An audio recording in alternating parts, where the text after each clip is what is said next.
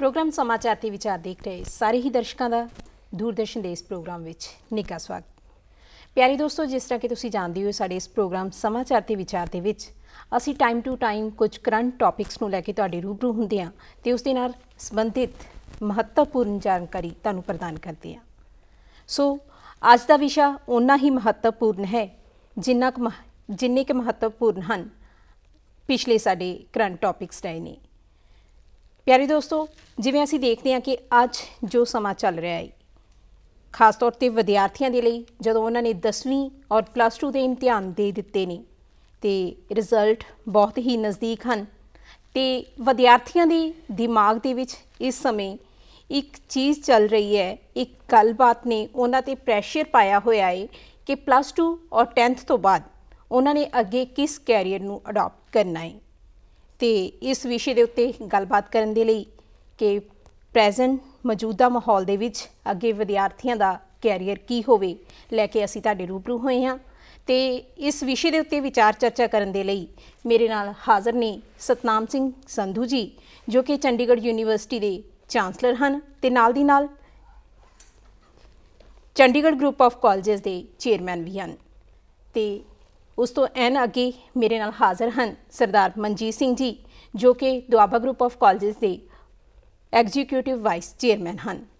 दोनों ही मेहमानों का दूरदर्शन के इस वेड़े में पहुँचने ते निੱਘਾ स्वागत। तो इस दे नाल ही सतनाम सिंह संधू जी, सब तो पहला सवाल मेरा तुहानूं, क्योंकि लंबे समय तो तुसीं विद्या के खेत्र में, सिक्ख्या के खेत्र में अपनियां बहुत ही वडमुलियां सेवावां प्रदान कर रहे हो। सो मैं चाहांगी कि तुसीं साडे दर्शकों नूं इस चीज़ की जानकारी दिओ कि विद्यार्थियों दे विच कैरियर काउंसलिंग की की इंपॉर्टेंस है। बिल्कुल तुसीं सही कहा जी। अज का जिहड़ा वर्तमान टाइम है जो बच्चों के रिजल्ट आने वाले आ वो अपने पेपर दे चुके हैं और मैं समझदा कि बहुत महत्वपूर्ण है कि उन्होंने वास्ते कि नैक्सट उन्होंने जो अपनी हायर स्टडी वास्ते डिसीजन लेना है वो किहड़े पैरामीटर्स ते लैन। और मैं समझदा कि चाहे 10वीं तो बाद चाहे 12वीं तो बाद बच्चे ने हायर स्टडी का फैसला करना है, उसकी जिंदगी का सब तो वड्डा टर्निंग पॉइंट आ जिथों उसने अपनी एक स्पैशलाइजेशन नूं लैके अपनी एक लाइन अख्तियार करनी है। तो करियर काउंसलिंग की जिहड़ी महत्ता है वो बहुत ज़्यादा है एक विद्यार्थी के जीवन दे विच, क्योंकि पूरा उसका फ्यूचर उस पर डिपेंड है। और मैं समझदा कि करियर काउंसलिंग नूं जदों असीं डिस्कस करना है तो असीं सिर्फ ये सोच के नहीं कर सकते कि किहड़ा करियर अच्छा है जां किहड़ा करियर ज़्यादा डिमांड विच है जां किहड़े करियर दे विच ज़्यादा नौकरियां ने जां ज़्यादा तनखाहां ने। मैं महसूस करदा कि करियर बारे डिस्कस करन लग्या सानूं ये जरूरी देखना चाहिए है कि किहड़े बच्चे वास्ते किहड़ा करियर सूट करदा है। करियर कोई भी माड़ा नहीं, चाहे इंजीनियरिंग कर लो, चाहे तुसीं कोई होर कोर्स कर लो, मैडिकल कर लो, नॉन मैडिकल कर लो, लेकिन हर बंदे वास्ते हर करियर सूट नहीं करता। मेरा अपना तजर्बा है कि साडे पेरेंट्स जिहड़े आ बहुत वारी बच्चों के नाल जबरदस्ती कर जाते आ, फैसला उन्होंने ते थोप देंदे आ और बच्चे दे कैलीबर नूं वो नहीं देखते। हर पेरेंट्स चाहते हैं कि मेरा बच्चा डॉक्टर बने, मेरा बच्चा इंजीनियर बने, लेकिन ये ज़रूरी नहीं है कि हर एक बच्चा डॉक्टर इंजीनियर ही बन सकता है या उस तो इलावा कोई करियर नहीं। तो मैं समझदा कि करियर बारे फैसला लैन लगे जिथे सानूं करियर स्कोप देखना, उसका फ्यूचर देखना, उत्थे किहड़े बच्चे वास्ते किहड़ा करियर ढुकमा है, ये भी एक बहुत वड्डा इंपॉर्टेंट इशू है जिहड़ा सानूं सोच लेना चाहिए। ठीक संधू साहब, जिस तरह की तुसीं गल कीती कि एक विद्यार्थी की जिंदगी दे विच जदों 10वीं ते +2 के इम्तिहान दे लैंदे ने तो एक टर्निंग पॉइंट हुंदा है कि उसने अगे किहड़ा कैरियर अडॉप्ट करना। पर नाल दी नाल ही एक चीज़ होर इत्थे बड़ी लाजमी हो जाती है कि उत्थे ये देखना बड़ा लाजमी हो जाता कि विद्यार्थी की रुचि किस खेत्र दे विच है। की कहना चाहोगे मनजीत सिंह जी इस बारे? देखो, एप्टीट्यूड तो बहुत इंपॉर्टेंट है कि वह एप्टीट्यूड की वह रुझान जड़ा वो किस कोर्स वाल नूं है। तो जिवें संधू साहब ने कहा कि पेरेंट्स वो उत्ते गल इंपोज ना करन भी तू बेटे इंजीनियर ही बनना, तू डॉक्टर ही बनना या तू ये करना। वह एप्टीट्यूड अगर जिस तरह का वो थोड़ा जा वो साड़ियाँ इंस्टीट्यूशनस दे विच भी कैरियर काउंसलिंग जी है वो चलती है। सो इस करके वो बच्चे का जो रुझान देख के मेरे ख्याल उस लाइन को अडॉप्ट कर ले। जिवें संधू साहब ने दस्सिया भी कैरियर सारे ही अच्छे है और अज अगर सिनारियो इस तरह का है कि जिवें IT बूम है या कह लो मैडिकल बूम है या कुछ है तो अज ये चीज़ को डिसाइड नहीं किया जा सकता, क्योंकि उन्हें कोर्स करना उन्होंने 3 साल वास्ते वो पूरा होना, 4 साल बाद पूरा होना, या कोई सर्टिफिकेट कोर्स भी साल 2 साल बाद अगर पूरा वह होना ਉਹਦੇ ਵਾਸਤੇ ਮੇਰੇ ਖਿਆਲ ਕੈਰੀਅਰ ਤਾਂ ਕੋਈ ਵੀ ਅਡਾਪਟ ਕਰ ਲਵੇ, ਕੋਈ ਐਸੀ ਗੱਲ ਨਹੀਂ। ਮੈਟ੍ਰਿਕ ਤੋਂ ਬਾਅਦ ਉਹਦੇ ਕੋਲ ਆਪਸ਼ਨਸ ਹੈਗੀਆਂ, +2 ਤੋਂ ਬਾਅਦ ਵੀ ਆਪਸ਼ਨਸ ਹੈਗੀਆਂ। ਮੈਟ੍ਰਿਕ ਤੋਂ ਬਾਅਦ ਉਹਦੇ ਕੋਲ ਮੈਡੀਕਲ ਦੇ ਉਹਦੇ ਸਬਜੈਕਟਸ ਰੱਖ ਸਕਦਾ, ਨਾਨ ਮੈਡੀਕਲ ਦੇ ਸਬਜੈਕਟਸ ਰੱਖ ਸਕਦਾ, ਉਸ ਤੋਂ ਬਾਅਦ ਉਹ ਕਾਮਰਸ ਦੇ ਸਬਜੈਕਟਸ ਰੱਖ ਸਕਦਾ ਜਾਂ ਉਸ ਤੋਂ ਆਰਟਸ ਦੇ ਵੀ ਰੱਖ ਸਕਦਾ। ਉਸ ਤੋਂ ਫਰਦਰ ਉਹਦੀਆਂ ਲਾਈਨਸ ਜਿਹੜੀਆਂ ਨੇ ਐਵਨਿਊਜ਼ ਕਾਫੀ ਅੱਛੇ ਹੈਗੇ। ਮੈਡੀਕਲ ਵਾਲੇ ਤਾਂ ਫਾਰਮੇਸੀ ਵਗੈਰਾ, ਮੈਡੀਕਲ ਹੈ, ਪੈਰਾਮੈਡੀਕਲ ਹੈ, ਇੰਜੀਨੀਅਰਿੰਗ ਦੇ ਵਿੱਚ ਨਾਨ ਮੈਡੀਕਲ 'ਚ ਤਾਂ ਹੈ ਹੀ। ਇੰਜੀਨੀਅਰਿੰਗ ਦੇ ਕਾਫੀ ਵੱਡਾ ਵਾਸਟ ਜਿਹੜਾ ਹੈ, ਔਰ ਇਹ ਮੇਰਾ ਖਿਆਲ ਮੈਕਸੀਮਮ ਰੁਝਾਨ ਇਸ ਸਾਈਡ ਨੂੰ ਇਸ ਕਰਕੇ ਵੀ ਹੈਗਾ ਕਿ ਇਹਦੇ ਐਵਨਿਊਜ਼ ਬਹੁਤ ਜ਼ਿਆਦਾ ਨੇ ਇੰਜੀਨੀਅਰਿੰਗ ਦੇ। ਔਰ ਉਸ ਤੋਂ ਬਾਅਦ ਅਗਰ ਕਾਮਰਸ ਵੀ ਹੈ ਤਾਂ ਕਾਮਰਸ ਵੀ ਅੱਗੇ ਆ। ਈਵਨ ਮੈਟ੍ਰਿਕ ਤੋਂ ਬਾਅਦ ਅਗਰ ਸਪੋਜ਼ ਕਰੋ ਇਹ ਚਾਹੁੰਦਾ ਕਿ ਮੈਂ 2 ਸਾਲ ਜਿਹੜੇ ਆ ਮੈਂ ਇੰਜੀਨੀਅਰਿੰਗ 'ਚ ਜਾਣਾ ਚਾਹੁੰਦਾ, ਮੈਂ ਥੋੜ੍ਹਾ ਜਿਹਾ ਇਹ ਹੈ ਕਿ ਡਾਇਰੈਕਟ ਨਹੀਂ +2 ਕਰਕੇ ਜਾਣਾ ਚਾਹੁੰਦਾ ਸੰਧੂ ਸਾਹਿਬ, ਅਤੇ ਉਹ ਡਿਪਲੋਮੇ 'ਚ ਵੀ ਐਂਟਰੀ ਕਰ ਸਕਦਾ। ਕਿਉਂਕਿ ਮੈਟ੍ਰਿਕ ਤੋਂ ਬਾਅਦ ਡਿਪਲੋਮਾ ਔਰ ਉਸ ਤੋਂ ਬਾਅਦ ਇੰਜੀਨੀਅਰਿੰਗ ਪੀਰੀਅਡ ਬਿਲਕੁਲ 6 ਸਾਲ ਲੱਗਦੇ ਉਹਦੇ, 6 ਈਅਰਸ, ਕਿਉਂਕਿ 3 ਸਾਲ ਡਿਪਲੋਮੇ ਦੇ ਔਰ 3 ਸਾਲ ਹੀ ਅੱਗੇ ਉਹਦੇ ਇੰਜੀਨੀਅਰਿੰਗ ਦੇ ਲੱਗਣਗੇ ਇੰਸਟੈਡ ਆਫ 4 ਸਾਲ, ਕਿਉਂਕਿ ਉਹ ਲੀਟ ਦੇ ਵਿੱਚ ਉਹਦੀ ਐਂਟਰੀ ਹੋ ਜਾਂਦੀ ਹੈ। ਸੋ ਪੇਰੈਂਟਸ ਨੂੰ ਵੀ ਫਾਈਨੈਂਸ਼ੀਅਲ ਜਿਹੜਾ ਬਰਡਨ ਹੈ ਉਹ ਥੋੜ੍ਹਾ ਜਿਹਾ ਘੱਟ ਜਾਂਦਾ ਉਹਨਾਂ ਦਾ, ਕਿਉਂਕਿ ਡਿਪਲੋਮੇ ਦੇ ਵਿੱਚ ਜਿਹੜੀਆਂ ਐਕਸਪੈਂਸਿਸ ਨੇ ਘੱਟ ਨੇ। ਕਿਉਂ ਸੰਤ ਸਾਹਿਬ? ਬਿਲਕੁਲ ਜੀ, ਬਿਲਕੁਲ। ਮੈਂ ਇੱਥੇ ਐਡ ਕਰਨਾ ਚਾਹਾਂਗਾ, ਸਰ ਮਨਜੀਤ ਸਿੰਘ ਜੀ ਨੇ ਬਿਲਕੁਲ ਵਾਜਬ ਕਿਹਾ। ਕਈ ਵਾਰੀ ਕੀ ਹੁੰਦਾ ਹੈ ਕਿ ਸਾਡੇ ਜਿਹੜੇ ਪੇਂਡੂ ਵਿਦਿਆਰਥੀ ਹੈ ਉਹ ਸੌਫਟ ਆਪਸ਼ਨ ਚੂਜ਼ ਕਰ ਲੈਂਦੇ ਆ, ਜਿਸ ਤਰ੍ਹਾਂ ਕੋਈ ਆਰਟਸ ਦਾ ਕੋਰਸ ਲੈ ਲਿਆ, ਕਿਸੇ ਨੇ ਕੋਈ ਸੌਖਾ ਕੋਰਸ ਲੈ ਲਿਆ। ਤਾਂ ਅੱਜ ਕੱਲ੍ਹ ਜਿਵੇਂ ਸਰ ਮਨਜੀਤ ਸਿੰਘ ਜੀ ਨੇ ਦੱਸਿਆ ਕਿ ਪ੍ਰੋਫੈਸ਼ਨਲ ਕੋਰਸਿਸ ਦੀ ਬਹੁਤ ਸਾਰੀ ਆਪਸ਼ਨ ਹੈ, ਹਰ ਤਰ੍ਹਾਂ ਦੇ ਬੱਚੇ ਵਾਸਤੇ ਪ੍ਰੋਫੈਸ਼ਨਲ ਕੋਰਸ ਹੈ। ਔਰ ਇੱਥੇ ਇਹ ਜ਼ਰੂਰੀ ਹੈ ਕਿ ਸਾਡੇ ਬੱਚਿਆਂ ਨੂੰ ਸੌਫਟ ਆਪਸ਼ਨ ਚੂਜ਼ ਕਰਨ ਦੀ ਬਜਾਏ ਚੰਗਾ ਕਰੀਅਰ ਚੂਜ਼ ਕਰਨਾ ਚਾਹੀਦਾ। ਸਿਰਫ ਇਹੀ ਨਹੀਂ ਹੈ ਕਿ ਮੈਂ ਆਰਟਸ ਕਰਕੇ BA ਕਰ ਲਵਾਂ, ਕਿਉਂਕਿ ਉਸ ਦਾ ਕਿ ਫਿਊਚਰ ਜ਼ਰੂਰ ਦੇਖਣਾ ਚਾਹੀਦਾ। ਫਿਊਚਰ ਨਹੀਂ। ਸੰਧੂ ਸਾਹਿਬ ਇਹ ਤਾਂ ਗੱਲ ਕੀਤੀ ਤੁਸੀਂ ਕਿ ਆਰਟਸ ਔਰ BA ਕਰਨ ਤੋਂ ਬਾਅਦ ਵਿਦਿਆਰਥੀ ਜਿਵੇਂ ਕਿਸੇ ਡਿਗਰੀ ਡਿਪਲੋਮਾ ਕੋਰਸ ਵਿੱਚ ਚਲੇ ਗਏ, ਪਰੰਤੂ ਮੌਜੂਦਾ ਜੋ ਅਸੀਂ ਮਾਹੌਲ ਦੇਖਦੇ ਹਾਂ ਕਿ ਵਿਦਿਆਰਥੀਆਂ ਦੇ ਵਿੱਚ ਇੱਕ ਬੜੀ ਰੁਚੀ ਪਾਈ ਜਾਂਦੀ ਹੈ ਕਿ ਉਹ ਸ਼ਾਰਟ ਟਰਮ ਕੁਝ ਕੋਰਸ ਕਰਕੇ ਅੱਗੇ ਉਹਨਾਂ ਨੂੰ 30-40 ਹਜ਼ਾਰ ਰੁਪਏ ਦੀ ਕੁਛ ਇੱਕ ਮਤਲਬ ਗੇਨ ਕਰ ਸਕਣ, ਐਸੀ ਕੋਈ ਨੌਕਰੀ ਮਿਲ ਜਾਏ। ਕੀ ਕਹਿਣਾ ਚਾਹੋਗੇ ਤੁਸੀਂ ਮਨਜੀਤ ਸਿੰਘ ਜੀ ਇਸ ਬਾਰੇ? ਦੇਖੋ, ਕੋਈ ਵੀ ਚੀਜ਼ ਜਿਹੜੀ ਆ ਇਨਪੁੱਟ ਅਤੇ ਆਊਟਪੁੱਟ ਦਾ ਡਿਫਰੈਂਸ ਤਾਂ ਹੈਗਾ ਹੀ ਹੈਗਾ। ਦੇਖੋ, ਇਹ ਜਿਹੜੀਆਂ ਸਾਡੀਆਂ ਬੇਸਿਕ ਜਿਸ ਤਰ੍ਹਾਂ ਡਿਪਲੋਮਾ ਇੰਜੀਨੀਅਰਿੰਗ ਹੈ ਜਾਂ ਡਿਪਲੋਮਾ ਕੋਰਸਿਸ ਹੈਗੇ ਆ, ਮਿਨੀਮਮ 3 ਸਾਲ ਦੇ ਹੈਗੇ, ਇੰਜੀਨੀਅਰਿੰਗ ਆ 4 ਸਾਲ ਦੀ ਹੈਗੀ ਆ, ਹਾਇਰ ਕੋਰਸਿਸ ਹੈਗੇ ਆ, ਫਿਰ ਸਪੈਸ਼ਲਾਈਜੇਸ਼ਨ ਦਾ ਜ਼ਮਾਨਾ ਹੈਗਾ। ਹਾਂ ਠੀਕ ਆ, ਅਸੀਂ ਸਾਰਿਆਂ ਵਾਸਤੇ ਜਨਰਲਾਈਜ਼ ਨਹੀਂ ਕਰਦੇ ਕਿ ਸਾਰੇ ਹੀ ਮਤਲਬ ਉਹ ਚੀਜ਼ ਕਰਨ, ਲੇਕਿਨ ਉਹਨਾਂ ਦੇ ਵਿੱਚੋਂ ਕੋਈ ਸਰਟੀਫਿਕੇਟ ਕੋਰਸਿਸ ਵੀ ਹੈਗੇ ਆ, ਜਿਸ ਤਰ੍ਹਾਂ ਸਕਿੱਲ ਡਿਵੈਲਪਮੈਂਟ ਇਨਸੈਂਟਿਵਸ ਜਿਹੜੇ SDIs ਗਵਰਨਮੈਂਟ ਨੇ ਸ਼ੁਰੂ ਕੀਤੇ ਆ। ਲੇਕਿਨ ਸ਼ਾਰਟ ਕੋਰਸ ਦੇ ਵਿੱਚ ਕੰਪੀਟੀਟਿਵ ਸਿਸਟਮ ਦੇ ਵਿੱਚ ਇੰਨਾ ਜ਼ਿਆਦਾ ਸੌਖਾ ਨਹੀਂ ਹੈ। ਪਰ ਲੇਕਿਨ ਇੱਥੇ ਮੈਂ ਇੱਕ ਗੱਲ ਇਹ ਕਰਨਾ ਚਾਹੁੰਦਾ, ਜਿਹੜੇ 30-40 ਹਜ਼ਾਰ ਮਹੀਨਾ ਚਾਹੁੰਦੇ ਹਨ, ਇਸ ਤੋਂ ਵੀ ਜ਼ਿਆਦਾ ਉਹ ਕਮਾ ਸਕਦੇ ਆ ਕਿ ਸਿਨਾਰੀਓ ਇਹੋ ਜਿਹਾ ਵਧੀਆ ਸੰਧੂ ਸਾਹਿਬ ਨੂੰ ਬੜਾ ਕਲੀਅਰ ਹੈ। ਆਪਾਂ ਕਈ ਵਾਰੀ ਸਾਡਾ ਡਿਸਕਸ ਹੁੰਦਾ ਕਿ ਅਸੀਂ 2013-14 ਦੇ ਵਿੱਚ ਚੱਲ ਰਹੇ ਹਾਂ, 2020 ਤੱਕ ਬਾਏ ਦਾ ਈਅਰ 2020 ਐਡਾ ਅੱਛਾ ਸਿਨਾਰੀਓ ਆ ਰਿਹਾ ਕਿ ਵਰਲਡ ਵਾਈਡ ਜਿਹੜਾ ਯੂਥ ਆ ਉਹਦੀ ਅਵੇਲੇਬਿਲਿਟੀ ਨਹੀਂ ਹੈਗੀ, ਔਰ ਅਸੀਂ ਡੈਮੋਗ੍ਰਾਫਿਕ ਜਿਹੜਾ ਸਾਨੂੰ ਡਿਵੀਡੈਂਡ ਮਿਲ ਰਿਹਾ ਇੰਡੀਆ ਨੂੰ ਖਾਸ ਤੌਰ 'ਤੇ, ਐਂਡ ਸਿਮਿਲਰਲੀ ਪੰਜਾਬ ਨੂੰ ਵੀ ਆਲਸੋ, ਕਿ 57% ਇਹ ਸਟੈਟਿਸਟਿਕਸ ਇੰਟਰਨੈਸ਼ਨਲ ਸਟੈਟਿਸਟਿਕਸ ਨੇ ਕਿ 57% ਜਿਹੜਾ ਯੂਥ ਆ ਉਹ ਸਾਡੇ ਕੋਲ ਹੋਏਗਾ ਇੰਡੀਆ ਕੋਲ। ਮਤਲਬ ਸਿਨਾਰੀਓ ਇਹੋ ਜਿਹਾ ਵਧੀਆ ਆ ਰਿਹਾ ਕਿ ਯਾਨੀ ਬੱਚੇ ਅਗਰ ਸਕਿਲਡ ਹੋ ਜਾਂਦੇ ਆ ਸਾਡੇ, ਜਿੰਨੀ ਸਾਡੇ ਕੋਲ ਪਾਪੂਲੇਸ਼ਨ, ਸਾਡਾ ਇੱਕ ਸਾਡੇ ਵਾਸਤੇ ਇੱਕ ਬੜਾ ਵੱਡਾ ਬੈਨੀਫਿਟ ਹੋ ਸਕਦਾ। ਜੇ ਵਿੱਚ ਅੱਜ ਅਸੀਂ ਪਾਪੂਲੇਸ਼ਨ ਦੀ ਗੱਲ ਕਰਦੇ, 57% ਅਗਰ ਸਾਡੇ ਕੋਲ ਯੂਥ ਹੈਗਾ, ਇਹ ਯੂਥ ਜਿਹੜਾ ਸਾਡਾ ਇਹੀ ਡਿਪਲੋਮੇ ਇੰਜੀਨੀਅਰਿੰਗ ਵਗੈਰਾ ਕਰਕੇ ਵੈਲ ਇਕੁਇਪਡ ਸਕਿਲਡ ਹੋ ਜਾਵੇ ਤਾਂ ਨੈਚੁਰਲੀ ਮੇਰੇ ਖਿਆਲ ਇਹ ਤਾਂ ਇੱਕ ਬੜਾ ਵਧੀਆ ਫਿਊਚਰ ਉਹਨਾਂ ਵਾਸਤੇ।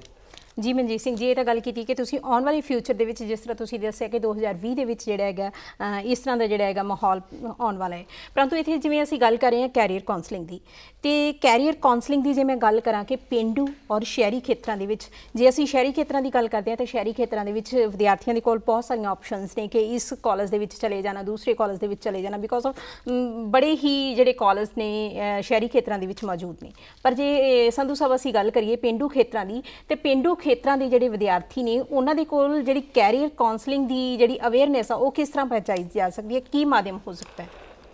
ਬਿਲਕੁਲ ਤੁਸੀਂ ਠੀਕ ਕਿਹਾ ਜੀ। ਪਿੰਡਾਂ ਦੇ ਵਿੱਚ ਜਿਹੜੇ ਬੱਚਿਆਂ ਦੇ ਕੋਲੇ ਐਕਸੈਸ ਬਹੁਤ ਘੱਟ ਹੈ, ਨਾ ਇੰਟਰਨੈਟ ਹੈ ਨਾ ਹੋਰ ਸਾਧਨ ਹੈ, ਲੇਕਿਨ ਸਰਕਾਰ ਵੱਲੋਂ ਵੀ ਔਰ ਪ੍ਰਾਈਵੇਟ ਸੰਸਥਾਵਾਂ ਵੱਲੋਂ ਵੀ ਬਹੁਤ ਸਾਰੇ ਯਤਨ ਕੀਤੇ ਜਾ ਰਹੇ ਆ। ਸਰਕਾਰ ਵੀ ਆਪਣੇ ਲੈਵਲ 'ਤੇ ਅਸੀਂ ਦੇਖਿਆ ਕਿ ਬਹੁਤ ਸਾਰੇ ਉਹਨਾਂ ਨੇ ਐਫਰਟ ਕੀਤੇ ਆ, ਔਰ ਅਸੀਂ ਜਿਹੜੀਆਂ ਪੁਰਾਣੀਆਂ ਸੰਸਥਾਵਾਂ ਜਿਵੇਂ ਸਰ ਮਨਜੀਤ ਸਿੰਘ ਹੋਰਾਂ ਦਾ ਦੁਆਬਾ ਗਰੁੱਪ ਹੈ ਔਰ ਸਾਡਾ ਗਰੁੱਪ ਹੈ, ਜਾਂ ਹੋਰ ਵੀ ਪੰਜਾਬ ਦੇ ਜਿਹੜੇ ਐਸਟੈਬਲਿਸ਼ ਕਾਲਜ ਨੇ, ਉਹਨਾਂ ਨੇ ਆਪਣੇ ਪੱਧਰ 'ਤੇ ਆਪਣੇ ਆਪਣੇ ਸਰਾਊਂਡਿੰਗ ਦੇ ਵਿੱਚ, ਆਪਣੇ ਆਪਣੇ ਏਰੀਆ ਦੇ ਵਿੱਚ ਪਿੰਡਾਂ ਨੂੰ ਅਡੋਪਟ ਕੀਤਾ ਹੋਇਆ, ਪਿੰਡਾਂ ਦੇ ਸਕੂਲ ਅਡੋਪਟ ਕੀਤੇ ਹੋਏ ਨੇ, ਜਿੱਥੇ ਲਗਾਤਾਰ ਜਾ ਕੇ ਅਸੀਂ ਉੱਥੇ ਪ੍ਰਚਾਰ ਸਮੱਗਰੀ ਵੀ ਵੰਡਦੇ ਹਾਂ ਉਹਨਾਂ ਨੂੰ ਪ੍ਰੈਜੈਂਟੇਸ਼ਨ ਵੀ ਦਿਖਾਈਆਂ ਜਾਂਦੀਆਂ ਨੇਬਰਹੁੱਡ ਸਕੂਲ ਦਾ ਕਨਸੈਪਟ। ਔਰ ਇਸ ਦੇ ਨਾਲ ਹੀ ਅਸੀਂ ਉਹਨਾਂ ਨੂੰ ਇਹ ਵੀ ਆਫਰ ਕੀਤਾ ਹੈ ਕਿ ਅਗਰ ਕੋਈ ਬੱਚੇ ਸਾਡੀਆਂ ਸੰਸਥਾਵਾਂ ਵਿਜ਼ਿਟ ਕਰਨਾ ਚਾਹੁੰਦੇ ਨੇ, ਇੱਥੇ ਆ ਕੇ ਮਾਹੌਲ ਦੇਖਣਾ ਚਾਹੁੰਦੇ ਨੇ, ਇੱਥੇ ਦੇ ਆ ਕੇ ਸਿਸਟਮ ਨੂੰ ਸਮਝਣਾ ਚਾਹੁੰਦੇ ਆ ਜਾਂ ਕਰੀਅਰ ਬਾਰੇ ਹੋਰ ਜਾਣਨ ਦੀ ਜਾਗਰੂਕ ਉਹਨਾਂ ਦੇ ਵਿੱਚ ਜਗਿਆਸਾ ਹੈ, ਤੇ ਅਸੀਂ ਉਹਨਾਂ ਵਾਸਤੇ ਫ੍ਰੀ ਟਰਾਂਸਪੋਰਟੇਸ਼ਨ, ਫ੍ਰੀ ਖਾਣਾ, ਹਰ ਇੱਕ ਤਰ੍ਹਾਂ ਦੀ ਸਹਾਇਤਾ ਵਾਸਤੇ ਐਜ਼ ਏ ਸੋਸ਼ਲ ਰਿਸਪੌਂਸਿਬਿਲਿਟੀ, ਅਸੀਂ ਸਮਾਜਿਕ ਜ਼ਿੰਮੇਵਾਰੀ ਸਮਝਦੇ ਹੋਏ ਪਿੱਛੇ ਜੇ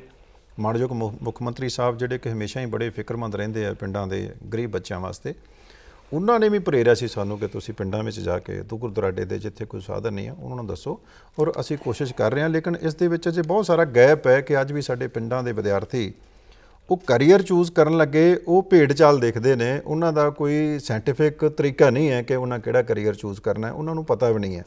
ਸਭ ਤੋਂ ਪਹਿਲਾ ਕਾਰਨ ਹੈ ਕਿ ਉਹਨਾਂ ਕੋਲੇ ਸਾਧਨ ਘੱਟ ਹੈ, ਦੂਸਰਾ ਕਾਰਨ ਹੈ ਕਿ ਉਹਨਾਂ ਦੇ ਜਿਹੜੇ ਮਾਪੇ ਹੈ ਉਹ ਘੱਟ ਜਾਣਕਾਰੀ ਰੱਖਦੇ ਆ, ਅਨਪੜ੍ਹ ਨੇ ਜਾਂ ਪਿੰਡਾਂ ਵਿੱਚ ਬੈਠੇ ਨੇ। ਔਰ ਸਾਡੀ ਹੋਰ ਵੀ ਜ਼ਿੰਮੇਵਾਰੀ ਬਣ ਜਾਂਦੀ ਹੈ ਕਿ ਅਸੀਂ ਉਹਨਾਂ ਨੂੰ ਜਾ ਕੇ ਦੱਸੀਏ, ਜਿਵੇਂ ਮਨਜੀਤ ਸਿੰਘ ਜੀ ਨੇ ਦੱਸਿਆ ਹੈ ਕਿ 2020 ਤੱਕ ਕਿੰਨੀਆਂ ਆਪਸ਼ਨਸ, ਕਿੰਨੀਆਂ ਅਪਰਚੁਨਿਟੀ ਸਾਡੇ ਨੌਜਵਾਨਾਂ ਵਾਸਤੇ ਇੰਟਰਨੈਸ਼ਨਲ ਵੀ ਨਿਕਲ ਰਹੀਆਂ ਨੇ। ਔਰ ਇਹ ਸਾਡੀ ਮੈਂ ਸਮਝਦਾ ਕਿ ਜ਼ਿੰਮੇਵਾਰੀ ਬਣਦੀ ਹੈ ਸੰਸਥਾਵਾਂ ਦੀ ਵੀ ਔਰ ਸਰਕਾਰ ਦੀ ਵੀ ਕਿ ਅਸੀਂ ਪਿੰਡਾਂ ਦੇ ਵਿੱਚ ਜਾ ਕੇ ਉਹਨਾਂ ਬੱਚਿਆਂ ਨੂੰ ਜਾਗਰੂਕ ਕਰੀਏ। ਸੰਧੂ ਸਾਹਿਬ ਗੱਲ ਕੀਤੀ ਕਿ ਤੁਸੀਂ ਪਿੰਡਾਂ ਦੇ ਵਿੱਚ ਕਿਸ ਤਰੀਕੇ ਦੇ ਨਾਲ ਜਿਹੜੀ ਅਵੇਅਰਨੈਸ ਪਹੁੰਚਾਈ ਜਾ ਸਕਦੀ ਹੈ। ਹੁਣ ਮਨਜੀਤ ਸਿੰਘ ਜੀ ਮੈਨੂੰ ਇਹ ਦੱਸੋ ਕਿ ਪਿੱਛੇ ਦੇ ਜਿਸ ਤਰ੍ਹਾਂ ਕਿ ਆਪਾਂ ਗੱਲ ਕਰ ਰਹੇ ਸੀਗੇ ਵੀਮਨ ਇੰਪਾਵਰਮੈਂਟ ਦੀ, ਔਰ ਨੰਨੀ ਸ਼ਾਹ ਐਜੂਅਨ ਪਾਲਿਸੀ ਜਿਹੜੀ ਤੁਹਾਡੇ ਕਾਲਜ ਦੇ ਵਿੱਚ ਸ਼ੁਰੂਆਤ ਕੀਤੀ ਗਈ ਹੈ, ਮੈਂ ਚਾਹਾਂਗੀ ਕਿ ਤੁਸੀਂ ਦਰਸ਼ਕਾਂ ਨੂੰ ਇਸ ਦੇ ਵਿੱਚ ਥੋੜ੍ਹੀ ਜਿਹੀ ਜਾਣਕਾਰੀ ਦਿਓ ਤਾਂ ਕਿ ਖਾਸ ਤੌਰ 'ਤੇ ਉਹ ਲੜਕੀਆਂ ਜੋ ਆਪਣੇ ਕੈਰੀਅਰ ਨੂੰ ਅੱਗੇ ਲੈ ਕੇ ਜਾਣ ਲਈ ਫਿਕਰਮੰਦ ਨੇ ਲੇਕਿਨ ਆਰਥਿਕ ਪੱਖ ਤੋਂ ਪਛੜੀਆਂ ਹੋਈਆਂ ਨੇ, ਇਸ ਦੇ ਬਾਰੇ ਜ਼ਿਕਰ ਕਰੋ ਜੀ। ਬਹੁਤ ਅੱਛਾ ਤੁਸੀਂ ਆ ਕੁਐਸਚਨ ਕੀਤਾ, ਤੇ ਔਰ ਉਹਦੇ ਨਾਲ ਮੈਂ ਕਿਹਾ ਸਭ ਦਾ ਇਹਦਾ ਪਿਛੋਕੜ ਤੇ ਇਹ ਹੈਗਾ ਕਿ ਵਿਮਨ ਇੰਪਾਵਰਮੈਂਟ ਜਿਹੜੀ ਹੈ ਉਹ ਬਹੁਤ ਹੀ ਲਾਜ਼ਮੀ ਹੈ। ਔਰ ਜਦੋਂ ਅਸੀਂ ਇੱਕ ਗੱਲ ਕਰਦੇ ਹਾਂ ਕਿ ਉਹਨਾਂ ਰੂਰਲ ਜਾਂ ਦਿਹਾਤੀ ਬੱਚਿਆਂ ਨੂੰ ਅਵੇਅਰਨੈਸ ਦੇਣ ਦੀ, ਉਹਦੇ ਨਾਲ ਮਤਲਬ ਉਹ ਅਸੀਂ 50% ਬੱਚਿਆਂ ਦੀ ਗੱਲ ਕਰ ਰਹੇ ਹਾਂ। 50% ਜਿਹੜੀਆਂ ਲੜਕੀਆਂ ਨੇ ਉਹਨਾਂ ਨੂੰ ਤਾਂ ਵੈਸੇ ਹੀ ਰੋਕ ਲਿਆ ਜਾਂਦਾ। ਸੋ ਇਸ ਕਰਕੇ ਸਭ ਤੋਂ ਪਹਿਲੀ ਗੱਲ ਤਾਂ ਉਹਨਾਂ ਨੂੰ ਪ੍ਰੇਰਿਤ ਕਰਨ ਦੀ ਲੋੜ ਹੈ ਕਿ ਉਹ 50% ਜਿਹੜਾ ਸਾਡਾ ਸਟਰਾਟਾ, ਕਿਉਂਕਿ ਜੇ ਆਪਾਂ ਇੱਕ ਵਧੀਆ ਸਮਾਜ ਜਿਹੜਾ ਸੁਨਹਿਰਾ ਸਮਾਜ ਸਿਰਜਣ ਦੀ ਗੱਲ ਕਰਦੇ ਹਾਂ ਤਾਂ ਉਹ ਵਿਮਨ ਇੰਪਾਵਰਮੈਂਟ ਤੋਂ ਬਿਨਾਂ ਔਰ ਵਿਮਨ ਐਜੂਕੇਸ਼ਨ ਤੋਂ ਬਿਨਾਂ ਕਦੀ ਨਹੀਂ ਸਿਰਜਿਆ ਜਾ ਸਕਦਾ। ਕਹਿੰਦੇ ਨੇ ਕਿ ਅਗਰ ਤੁਸੀਂ ਜੇਕਰ ਇੱਕ ਲੜਕੀ ਪੜ੍ਹ ਜਾਂਦੀ ਹੈ ਤੇ ਇੱਕ ਪੂਰਾ ਜਿਹੜਾ ਹੈ ਉਹ ਫੈਮਿਲੀ ਪੜ੍ਹ ਜਾਂਦੀ ਹੈ। ਔਰ ਟੈਕਨੀਕਲ ਐਜੂਕੇਸ਼ਨ ਅਗਰ ਲੜਕੀ ਪੜ੍ਹ ਜਾਂਦੀ ਹੈ ਤਾਂ ਉਹ ਤਾਂ ਮੈਂ ਕਹਿੰਦਾ ਇਕਨੋਮਿਕਲੀ ਵੀ ਉਹ ਪਰਿਵਾਰ ਜਿਹੜਾ ਉਹ ਤਰ ਜਾਂਦਾ। ਸੋ ਇਸ ਕਰਕੇ ਅਸੀਂ ਇਹਦੇ ਉੱਤੇ ਜ਼ਿਆਦਾ ਸਟ੍ਰੈਸ ਦੇ ਰਹੇ ਹਾਂ ਕਿ ਵਿਮਨ ਇੰਪਾਵਰਮੈਂਟ ਦੇ ਉੱਤੇ ਇੰਸਟੀਟਿਊਸ਼ਨਸ ਵੀ ਐਕਸਕਲੂਸਿਵ ਫਾਰ ਵਿਮਨ ਇੰਸਟੀਟਿਊਸ਼ਨਸ, ਜਿਸ ਤਰ੍ਹਾਂ ਸਾਡੇ ਕੋਲ Doaba women institute of engineering technology ਹੈ। ਸੋ ਉਹਦੇ ਵਿੱਚ ਵੀ ਅਸੀਂ ਸਿਰਫ ਇੱਕ ਜਿਹੜਾ ਆਰਥਿਕ ਪੱਖ ਵੀ ਪੇਰੈਂਟਸ ਨੂੰ ਇਨਕਰੇਜ ਕਰਨ ਵਾਸਤੇ, ਬੱਚਿਆਂ ਨੂੰ ਇਨਕਰੇਜ ਕਰਨ ਵਾਸਤੇ ਕਿ ਉਹਦੀ ਐਜੂਕੇਸ਼ਨ ਜਿਹੜੀ ਆ ਉਹ ਰਾਈਟ ਫਰਮ ਦਾ ਬਿਗਨਿੰਗ ਜਿਹੜੀ ਆ ਉਹ ਉਹਦੇ ਨਾਲ ਜੁੜੀ ਹੋਈ ਆ ਕਿ ਜੇਕਰ ਉਹ ਕੁਆਲੀਫਾਈ ਕਰਦੀ ਹੈ ਟੈਸਟ ਤਾਂ ਉਹਦਾ ਐਜੂਕੇਸ਼ਨ ਜਿਹੜੀ ਆ ਉਹ ਫ੍ਰੀ ਹੋ ਸਕਦੀ ਹੈ ਆਲਮੋਸਟ। ਔਰ ਈਵਨ ਅੱਛੀਆਂ ਸੰਸਥਾਵਾਂ ਸੰਧੂ ਸਾਹਿਬ ਹੁਣਾਂ ਨੇ ਵੀ ਜਾਂ ਬਾਕੀ ਹੋਰ ਵੀ ਸਾਡੇ ਐਸੋਸੀਏਸ਼ਨ ਦੇ ਵਿੱਚ ਜਿਹੜੀਆਂ ਅੱਛੀਆਂ ਸੰਸਥਾਵਾਂ, ਜਿਵੇਂ ਸੰਧੂ ਸਾਹਿਬ ਦੱਸ ਰਹੇ ਸੀ, ਅੱਛੇ ਸਕਾਲਰਸ਼ਿਪ ਨੇ ਸੰਧੂ ਸਾਹਿਬ ਆਪਾਂ ਜਿਹੜੇ ਆਫਰ ਕੀਤੇ ਹੋਏ ਆ। ਜਿਹੜਾ ਬੱਚਾ ਯਾਨੀ ਡਿਜ਼ਾਇਰਿੰਗ ਔਰ ਡਿਜ਼ਰਵਿੰਗ ਦੋਨੋਂ ਹੀ ਹੈਗਾ, ਔਰ ਉਹਦੇ ਵਾਸਤੇ ਤਾਂ ਮੇਰਾ ਖਿਆਲ ਜਿਹੜੀ ਔਕੜ ਆ ਫਾਈਨੈਂਸ਼ੀਅਲ ਔਕੜ ਤੇ ਕੋਈ ਪ੍ਰੋਬਲਮ ਹੀ ਨਹੀਂ। ਔਰ ਮੇਰਾ ਖਿਆਲ ਕਿ ਬੱਚਿਆਂ ਨੂੰ ਮੈਂ ਖਾਸ ਤੌਰ ਤੇ ਇਸ ਮਾਧਿਅਮ ਤੋਂ ਪੇਂਡੂ ਖੇਤਰ ਦੇ ਵਿੱਚ ਇੱਕ ਮੈਸੇਜ ਦੇਣਾ ਚਾਹੁੰਦਾ ਕਿ ਬੱਚਿਆਂ ਨੂੰ ਅੱਗੇ ਲਿਆਉਣਾ ਚਾਹੀਦਾ ਔਰ ਆਪਾਂ ਉਹਨਾਂ ਨੂੰ ਐਜੂਕੇਸ਼ਨ ਦਈਏ। ਔਰ ਉਹਨਾਂ ਦੀ ਐਜੂਕੇਸ਼ਨ ਵਾਸਤੇ ਕਾਫੀ ਜ਼ਿਆਦਾ ਉਪਰਾਲੇ ਜਿਹੜੇ ਆ ਸਾਡੀਆਂ ਸੰਸਥਾਵਾਂ ਵੀ ਕਰ ਰਹੀਆਂ ਨੇ, ਈਵਨ ਗਵਰਨਮੈਂਟ ਵੀ ਕਰੀ। ਜਿਵੇਂ ਸੰਧੂ ਸਾਹਿਬ ਨੇ ਦੱਸਿਆ ਰੀਸੈਂਟ ਬਜਟ ਦੇ ਵਿੱਚ ਜਿਹੜਾ ਪਾਸ ਹੋਇਆ ਉਹਦੇ ਵਿੱਚ ਵੀ ਇਹਨਾਂ ਨੇ ਕੁਝ ਉਹਦੇ 'ਚ ਪ੍ਰੋਵੀਜ਼ਨਸ ਰੱਖੀਆਂ ਨੇ। ਸੋ ਉਹਦੀ ਗਾਈਡੈਂਸ ਵੀ ਜਿਹੜੀ ਆ ਸਾਡੇ ਕੋਲ ਆ ਕੇ ਲੈ ਸਕਦੀਆਂ ਬੱਚੀਆਂ। ਔਰ ਮੇਰਾ ਖਿਆਲ ਮੈਕਸੀਮਮ ਬੱਚਿਆਂ ਨੂੰ ਜਿਹੜਾ ਉਹ ਐਜੂਕੇਸ਼ਨ ਦੇ ਵਿੱਚ ਆਉਣਾ ਚਾਹੀਦਾ, ਪ੍ਰੋਫੈਸ਼ਨਲ ਐਂਡ ਟੈਕਨੀਕਲ ਐਜੂਕੇਸ਼ਨ ਦੇ ਵਿੱਚ ਆਉਣਾ ਚਾਹੀਦਾ। ਜਿਹੜੀ ਫਾਰਮਲ ਐਜੂਕੇਸ਼ਨ ਉਹਦਾ ਅੱਗੇ ਐਵੇਨਿਊਜ਼ ਜਿਹੜੇ ਨੇ ਘੱਟ ਨੇ ਅਸੀਂ ਕਹਿ ਸਕਦੇ ਹਾਂ, ਲੇਕਿਨ ਉਹੀ ਜਿਹੜਾ ਸਮਾਂ ਹੁਣ ਜਿਹੜਾ 2020 ਵਾਲਾ ਆਉਣਾ ਉਹਦੇ ਵਿੱਚ ਇਹਨਾਂ ਸਾਰਿਆਂ ਵਾਸਤੇ ਬਹੁਤ ਸੋਹਣੇ ਅੱਛੇ ਸਕੋਪ ਹੈਗੇ। ਜੀ ਮਨਜੀਤ ਸਿੰਘ ਜੀ, ਤੁਸੀਂ ਬਹੁਤ ਹੀ ਵਧੀਆ ਤਰੀਕੇ ਨਾਲ ਕੈਰੀਅਰ ਕਾਉਂਸਲਿੰਗ ਔਰ ਵੀਮਨ ਇੰਪਾਵਰਮੈਂਟ ਦੀ ਗੱਲ ਕੀਤੀ। ਪਿਆਰੇ ਦਰਸ਼ਕੋ, ਜਿਸ ਤਰ੍ਹਾਂ ਤੁਸੀਂ ਜਾਣਦੇ ਹੋ ਕਿ ਅੱਜ ਦੇ ਇਸ ਟੌਪਿਕ ਦੇ ਉੱਤੇ ਸਾਡੇ ਨਾਲ ਵਿਚਾਰ ਚਰਚਾ ਕਰ ਰਹੇ ਨੇ ਸਰਦਾਰ Manjeet Singh ji from Doaba group of colleges and Satnam Singh Sandhu ji from Chandigarh university. ਤੇ ਦੋਸਤੋ, ਜਿਸ ਤਰ੍ਹਾਂ ਕਿ ਦੂਰਦਰਸ਼ਨ ਦਾ ਅੱਜ ਦਾ ਇਹ ਉਪਰਾਲਾ ਹੈ ਕਿ ਤੁਹਾਡੇ ਤੱਕ ਇਹ ਜਾਣਕਾਰੀ ਪਹੁੰਚਾਈ ਜਾਵੇ ਕਿ ਕਿਸ ਤਰੀਕੇ ਦੇ ਨਾਲ ਕੈਰੀਅਰ ਕਾਉਂਸਲਿੰਗ ਨੂੰ ਅਡਾਪਟ ਕਰਕੇ ਵਿਦਿਆਰਥੀ ਆਪਣੇ ਭਵਿੱਖ ਨੂੰ ਸੁਨਹਿਰਾ ਬਣਾ ਸਕਦੇ ਨੇ। ਸੋ ਸੰਧੂ ਸਾਹਿਬ, ਮੈਂ ਚਾਹਾਂਗੀ ਕਿ ਇਸ ਦੂਰਦਰਸ਼ਨ ਦੇ ਮਾਧਿਅਮ ਦੇ ਰਾਹੀਂ, ਕਿਉਂਕਿ ਬਹੁਤ ਹੀ ਵਧੀਆ ਦੂਰਦਰਸ਼ਨ ਨੇ ਉਪਰਾਲਾ ਕੀਤਾ ਹੋਇਆ, ਮੈਂ ਚਾਹਾਂਗੀ ਕਿ ਪੇਂਡੂ ਖੇਤਰਾਂ ਦੇ ਵਿਦਿਆਰਥੀਆਂ ਨੂੰ ਤੁਸੀਂ ਇਸ ਚੀਜ਼ ਦੀ ਜਾਣਕਾਰੀ ਦਿਓ ਕਿ ਵਿਦਿਅਕ ਸੰਸਥਾਵਾਂ ਵੱਲੋਂ ਸਮੇਂ-ਸਮੇਂ 'ਤੇ ਆਉਣ ਵਾਲੀਆਂ ਕਿਸ ਤਰ੍ਹਾਂ ਦੀਆਂ ਜਿਹੜੀਆਂ ਪਾਲਿਸੀਜ਼ ਨੇ ਜਿਨ੍ਹਾਂ ਤੋਂ ਵਿਦਿਆਰਥੀ ਲਾਹਾ ਖੱਟ ਸਕਦੇ ਨੇ। ਮੈਂ ਸਮਝਦਾ ਜੀ ਕਿ ਇੱਕ ਹੋਰ ਜਿਹੜਾ ਮਹੱਤਵਪੂਰਨ ਪੱਖ ਸਾਨੂੰ ਵਿਚਾਰ ਲੈਣਾ ਚਾਹੀਦਾ ਹੈ ਕਿ ਸਾਡੀ ਜੋ ਮਾਨਸਿਕਤਾ ਹੈ ਖਾਸ ਕਰਕੇ ਪੰਜਾਬੀਆਂ ਦੀ, कि सरकारी नौकरी लेनी है। मुंडा MA करके ग्रैजुएशन करके पोस्ट ग्रैजुएशन करके कहता जी चाहे सिपाही लग जावां भी मैनूं वो नौकरी चाहिए है। हुण समा बदल चुकिया है, जिस तरह सरदार मनजीत सिंह जी ने दस्सिया है कि सरकारी नौकरियां दी तुसीं बहुती झाक ना रखो, तुसीं प्रोफैशनल कोर्सेज करो। 10वीं तो बाद डिप्लोमा जिन्ने दी ऑप्शनस ने उहदे विच बहुत सारी वैरायटी है, और वो 3 साल का डिप्लोमा करके बच्चा अगे नहीं पढ़ना चाहता तो उस वास्ते बहुत अच्छी अपरचुनिटी। साडे कोले पिछे एक पेट्रोलीयम कंपनी ने आके डिप्लोमा के बच्चों नूं 4.5 लाख रुपये सालाना पैकेज ते बिल्कुल प्लेसमेंट की। और जिवें मनजीत सिंह जी ने दस्सिया कि वो बच्चा अगे हायर स्टडी करना चाहता, उसके पेरेंट्स उसनूं सपोर्ट करते हैं, अफोर्ड करते हैं, तो बच्चा सीधा दूजे साल में दाखला इंजीनियरिंग डिग्री में लै सकता। उसका 1 साल उत्थे वो सेव होंदा और उसदे कोल ऑप्शन है कि डिप्लोमे तो बाद नौकरी कर ले जां अगे पढ़ ले। होर इस तरीके दियां बहुत सारे बच्चे ऐसे आ जिन्हां ने 10वीं तो बाद करियर काउंसलिंग बारे ना उन्होंने दस्सिया नहीं गया जां जानकारी नहीं सी, उन्होंने आर्ट्स ग्रुप दे विच दाखला ले लिया। बहुत सारे कोर्सेज ऐसे है किसी भी स्टेज ते बच्चा अपने आप नूं किसी एक स्पैशलाइज्ड फील्ड दे विच प्रोफैशनल कोर्स विल जाना चाहुंदा, उस दे वास्ते ऑप्शनस ने। बहुत सारे प्रोफैशनल कोर्स लॉ करते हैं कि जेकर बच्चे ने 10वीं तो बाद 12वीं आर्ट्स ग्रुप नाल भी कीती, उस दे वास्ते वो BCom कर सकदा, BBA कर सकदा, होटल मैनेजमेंट कर सकदा। वो बहुत सारिया ऑप्शनस उसदे कोले अवेलेबल ने मार्केट दे विच। और असीं इस माध्यम राहीं ये भी दसना चाहांगे कि बहुत सारिया प्राइवेट कंपनियां जिहड़ियां सरकार जिन्नियां ही भरोसेयोग ने और सरकारी सिस्टम तो वधिया तनख्वाहां ते उत्थे आरामदायक जिंदगी भी है, वो साडे कैंपसस दे विच आके साडे कॉलेजां विच आके बच्चों नूं प्लेस करके लेके जांदियां। लेकिन उत्थे पैमाना मैरिट है, उत्थे कोई सिफारिश नहीं है, उत्थे टैलेंट परखिया जांदा। और असीं अपणियां संस्थावां विच कोशिश करदे हां कि बच्चे नूं फॉर्मल एजुकेशन देण दे नाल-नाल टैक्नीकल स्किल देण दे नाल उस बच्चे नूं असीं 3 साल जां 4 साल विच ये भी तैयार करदे हां कि जाके इंटरव्यू किवें देनी है, वो फेस कर सके, उसने अपने आप नूं प्लेस किवें कराउणा प्राइवेट कंपनी दे विच। और हज़ारां दी गिनती दे विच आ पिछला ते आ साल थोड़ा रिसैशन दा रहा सीगा। अदरवाइज जिहड़ियां टाटा है जां इन्फोसिस है जां विप्रो वड्डियां कंपनियां ने एक कंपनी 1 साल दे विच 40-40 हज़ार बच्चा नौकरी वास्ते उन्होंने चाहिए। माफ़ी चाहांगी संधू साहब, इत्थे एक गल मैं होर जरूर ऐड करना चाहांगी कि जिहड़ियां विद्यक संस्थावां वल्लों समय-समय ते अजकल नौकरी मेले लगाए जा रहे हैं, ये कैरियर काउंसलिंग नूं उपर चक्कण दे विच बढ़ावा देण दे विच किन्नियां क महत्वपूर्ण ने? बहुत ज़्यादा जिवें संधू साहब दस ही रहे हैं कि एक्चुअली ਉਹਦੇ ਵਿੱਚ ਜੁਆਇੰਟ ਪਲੇਸਮੈਂਟ ਡਰਾਈਵਸ ਹੁੰਦੀਆਂ ਨੇ ਕਿ ਨਾ ਕਿ ਸਿਰਫ ਉਸੇ ਕੈਂਪਸ ਨਾਲ ਰਿਲੇਟਡ ਹੁੰਦੀਆਂ, ਮੈਕਸੀਮਮ ਆਲ ਨਾਰਥ ਇੰਡੀਆ ਤੱਕ ਦੇ ਵੀ ਈਵਨ ਆਪਾਂ ਜਿਹੜੇ ਬੱਚੇ ਉਹਦੇ ਵਿੱਚ ਸ਼ਿਰਕਤ ਕਰ ਸਕਦੇ, ਆਪਣੇ ਉਹਦੇ ਟਰਾਈ ਕਰ ਸਕਦੇ ਆਪਣੀ ਇੰਪਲੋਇਮੈਂਟ ਵਾਸਤੇ। ਔਰ ਮੇਰੇ ਖਿਆਲ ਉਹਦੇ ਵਿੱਚ ਤਾਂ ਬਹੁਤ ਵੱਡਾ ਬਜਟ ਜਿਹੜਾ ਪ੍ਰਾਈਵੇਟ ਇੰਸਟੀਟਿਊਸ਼ਨਸ ਆਪਾਂ ਜਿਹੜੀਆਂ ਬੀਅਰ ਕਰ ਰਹੀਆਂ, ਦੈਟ ਗੋਜ਼ ਇਨ ਕਰੋੜਸ। अगर ये बजट गवर्नमेंट का होवे तो मेरे ख्याल कई जगह तो पास होना, कई कुछ होना, रेस्ट्रेंट्स होंदियां ने। मेरे ख्याल इन्हां दा बजट बहुत मैक्सीमम होएगा, साडा बजट बहुत मैक्सीमम है क्योंकि इन्नियां कंपनीज होंदियां ने, उन्होंने आप होस्ट करना और वो सारियां जिहड़ियां अरेंजमेंट्स करने, सब तो कितों कोई फंडिंग नहीं है, सिर्फ उन्हां दी ये है कि कल्ली उस इलाके वास्ते ही है, ना कि सिर्फ उस इंस्टीट्यूशन वास्ते। जिहड़ा मर्जी भी आके ट्राई कर सकदा और लै सकदा अपनी इंप्लॉयमेंट जिहड़ी लै सकदा। इत्थे एक गल मैं होर ऐड करनी चाहूँगा कि जितना देखो मैं थोड़ा जिहा दुआबे दा संधू साहब एक्सपीरियंस हैगा या ईवन हुण तां माझा मालवा सारे कुछ माइंड सैट इस तरह का बनिया बाहर जाण वाला। और मैं कहना कि जिन्ना अच्छा माध्यम साडियां एजुकेशनल इंस्टीट्यूशनस तो बाहर जाण दा हैगा सही तरीके नाल, यानी हो सकता कि पेंडू खेतर नूं आपां हुण मैसेज एक दे रहे हैं कि हो सकता उन्होंने इस गल का नहीं पता, क्योंकि आपां एजेंटां दे थ्रू या किसी होर माध्यम के थ्रू जिहड़े तरीके आपां अपना के और उस तो बाद असीं परेशान भी बाद च हुंदे हां। इन्हां दे MOUs काफ़ी ज़्यादा फॉरन यूनिवर्सिटीज़ नाल होए होए आ, साडे MOUs होए होए आ। बच्चा ईवन डिप्लोमे तो बाद डिग्री करने वास्ते बहुत और उहदे वास्ते एजुकेशन लोन्स प्रोवाइड किए जाते हैं, कोई खर्चा नहीं। हालां एजेंटां नूं 10-10 15-15 20-20 लाख रुपया दे के और फिर वो कोई आपां की कह सकते संधू साहब कि ਉਹਦੀ कोई सेफ्टी नहीं, धोखेबाजी है, सारा कुछ है। बिल्कुल सेफ मैसेज है कि डिप्लोमे तो बाद डिग्री करने वास्ते जा सकता, डिग्री तो बाद फर्दर रिसर्च वास्ते जा सकता बच्चा, इंग्लैंड कैनेडा अमेरिका किसी भी कंट्री के जा सकता। सारिया कंट्रीज़ नाल टाई अप्स है, सारिया साडियां संस्थावां दे।